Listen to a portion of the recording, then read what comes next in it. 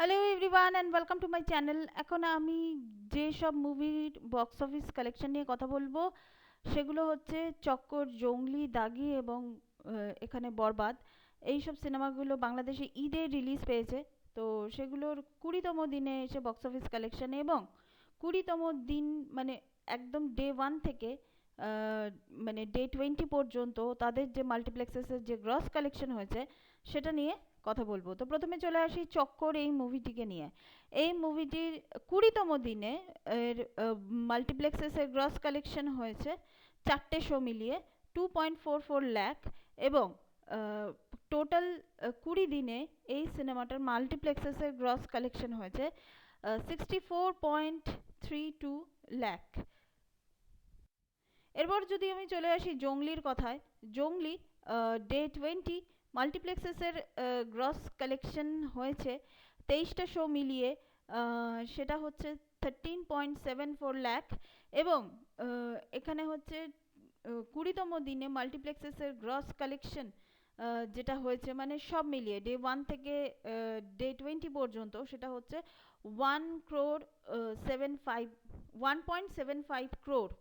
এটাই হচ্ছে জংলির gross collection মাল্টিপ্লেক্সেসে হয়েছে। এরপর যদি আমি চলে আসি দাগির কথায়, দাগির মাল্টিপ্লেক্সেসের গ্রস যেটা কালেকশন 28টা শো মিলিয়ে সেটা হয়েছে 14.06 লাখ এবং এই যে পুরো 20 দিনের যে কালেকশন হয়েছে টোটাল 20 ডেজে মাল্টিপ্লেক্সেসের গ্রস কালেকশন যেটা হচ্ছে সেটা হচ্ছে 4.26 ক্রোর। এটা হচ্ছে দাগির কালেকশন। আর এরপর যদি আমি চলে আসি বরবাদের কথায়, বরবাদের ডে 20তে অনেক বেশি শো পেয়েছে, মানে অন্যান্য সিনেমাগুলোর তুলনায় বরবাদের শো সংখ্যা যেহেতু বেশি তাই মাল্টিপ্লেক্সেসে গ্রস কালেকশনও বেশি হবে। শো সংখ্যা হচ্ছে 49 শোজ।